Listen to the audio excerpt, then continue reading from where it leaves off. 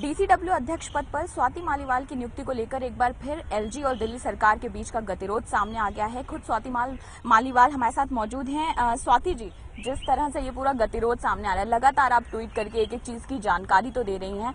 किसने फोन किया था, किसने आपको बताया था कि आप की जो नियुक्ति है उसको रद्द कर दिया गया है? देखिए, डीसीडब्ल्यू की जो सीनियर मोस्ट ऑफिसर हैं उन्होंने मेरे को ये कम्युनिकेशन दिया है कि भाई आप अब किसी फाइल्स पे साइन नहीं कर सकते और अपनी सारी फाइल्स आप वापस कर दीजिए। और उसके बाद डीसीडब्ल्यू में हमारी सारी नेम प्लेट्स हटा दी गई। और आज जब सुबह मेरे ऑफिस से कोई आदमी वहाँ पे गया, मेरा स्टाफ वहाँ पे गया, तो उन्होंने ये पाया कि उनको अंदर घुसने भी नहीं दिया गया। तो ये चीजें हो रही हैं, एक तरीके से हमें काम करने के लिए रोका जा रहा है। और ये क्लियर है कि डीसीडब्ल्यू में अगर कमीशन ही नहीं होगा, मेंबर्स ही नहीं होंगे और चेयरपर्सन ही नहीं होंगे, तो एक तरीके से डीसीडब्ल्यू पे ताला लग गया है, क्योंकि कोई भी केस पे, किसी भी प्रकार का कोई फाइल पे कोई डिसीजन ही नहीं होगा।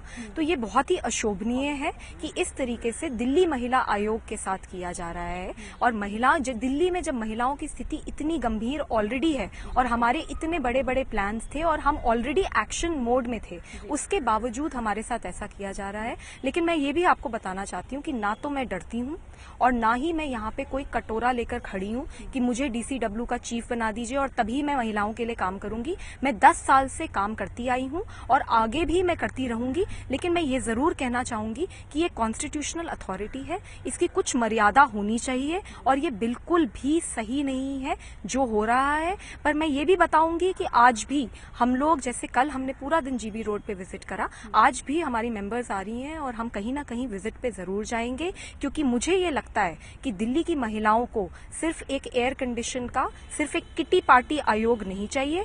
ना तो मैं ये, अगर मैं यहाँ रही तो मैं किटी पार्टी आयोग इसे किसी भी कतई नहीं बनने दूंगी। मैं इसको एक ऐसा आयोग बनाऊंगी जो कि दुनिया में सबसे स्ट्रॉन्गेस्ट वुमेन कमीशन होगा, and I will be working towards that.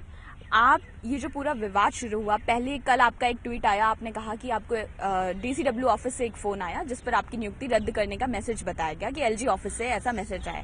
अब आपका एक ट्वीट आया कि ऐसा कोई फोन ही नहीं आया।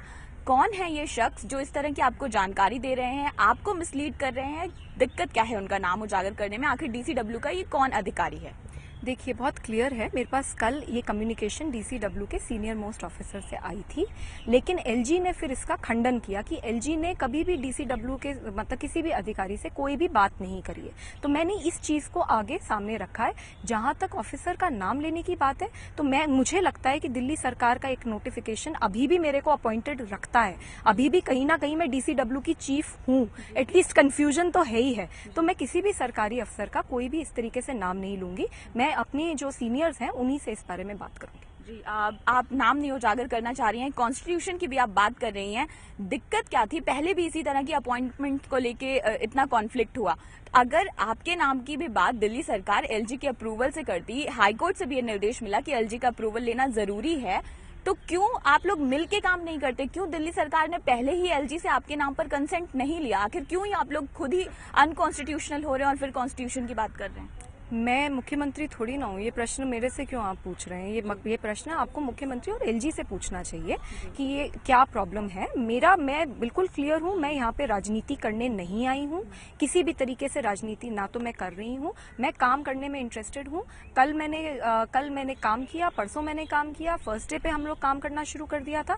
हमने, अगर आपको याद होगा, तो ये अनाउंसमेंट किया था, ये अपील किया था प्रधानमंत्री से और देश की सारी विधानसभाओं से कि एक दिन अलग करिए सत्र में, विधानसभा सत्र में और लोकसभा सत्र में, महिलाओं के मुद्दों पे ले। और उसके ऊपर हमारे को दिल्ली सरकार ने मतलब तुरंत उसके ऊपर एक्शन भी लिया और एक दिन महिलाओं के लिए अलग करा भी। तो मेरे को तो लग रहा है हम काम भी कर रहे थे और हमारे काम के रिजल्ट्स भी आ रहे हैं। पर फिर क्यों इस तरीके की स्थिति क्रिएट की गई है? मुख्यमंत्री के दिल्ली सरकार के द्वारा एक नोटिफिकेशन ऑलरेडी इशूड है मेरे नाम में। अब उसके ऊपर क्या है, क्यों है, तो ये तो मैं चाहूंगी आप भी पता करके मुझे बताएं कि मैं डीसीडब्ल्यू चीफ हूँ भी या नहीं।